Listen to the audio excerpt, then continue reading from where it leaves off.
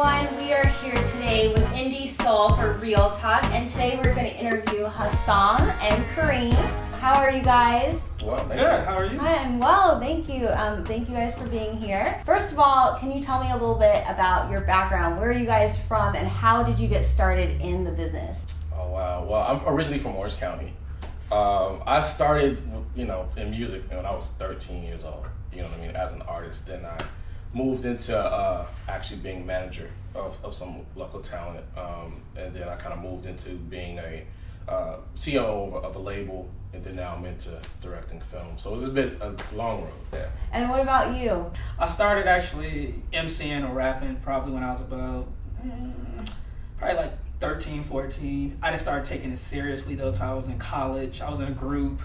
Then from that group, and I'm from Chicago, and we migrated from Chicago to Los Angeles when I was about maybe 21, 22. The group didn't come, so I became a solo artist. So you started out as a singer, and then you started rapping. Rapper, please. Rapper, sorry. So you started out as a rapper. Right. Started out as a rapper, and then that transitioned into writing. I am a songwriter, though. I can write for singers. And then, Kareem and I just kept working together, and now I was one of the producers on DEMOS and, one of the writers on DEMOS.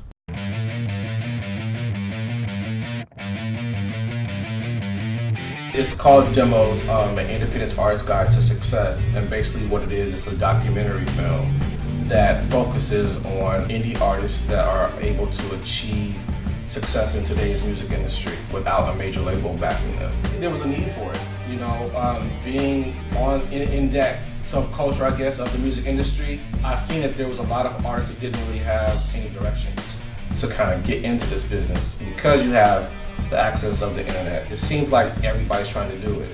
Definitely some fundamentals that I think have been lost over time. One-on-one contact, the handshaking, sending proper emails, the quality has diminished quite significantly over the years.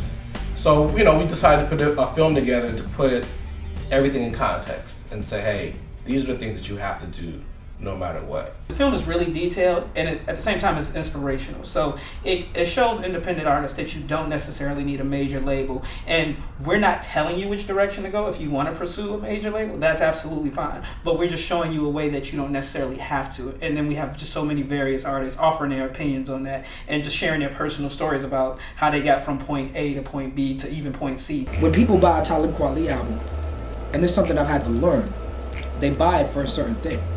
They buy it because of what my output is in the past, and they want something similar to that, or they think they do. Because what they really want to do is they really want to be challenged. Authenticity really trumps everything at the end of the day. You can hear that in the music. So I think that is what puts you in a position to achieve at least some type of longevity in this business. Saida Garrett, who's in the movie, and Saida Garrett, amazing songwriter who co-wrote Man in the Mirror for Michael Jackson, she just said something simply, I won't quote exactly how she said it, but she said, do the stuff that you love and the money will come. She was like, look at Quincy Jones. He's been 60 years successfully in the music business because he does it from his heart. He does what he loves, and the money came for him. And she's like, if artists from today do the same thing, the money will come. You do not have to compromise your art in order to make money.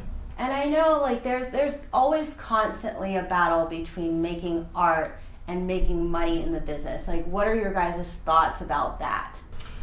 I mean, you can do both. I mean, if you're diligent enough to do both, it takes a special kind of artist to be able to do both. You definitely have to understand that you are your own business. It's more than just getting on the mic and kind of doing your song and dance. There's a lot of things that have to go into that in order for you to achieve any type of financial success. You have great artists like Murs who are doing great things and running his own festival. Murs is a millionaire.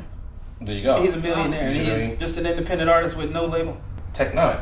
I mean, you have a lot of successful independent artists out there who have figured out a way to go around these major conglomerates and do things on their own. It's a lot more work, but the payoff is great. I mean, everybody wants to get paid and wants to be a millionaire, but there are tons of artists in the film that, they make probably a comfortable living, like 80 grand to 100 grand a year, just doing music and traveling and seeing the world and doing shows, and they're comfortable with that. So to them, that deems success for that individual because they can at least feed their family based off, the money that they're making. I mean, even our narrator for the film, an artist by the name of Skyzoo, he's on tour right now overseas. He's somewhere. I forgot where it was. Yeah, he's in Australia right now, so it can be done.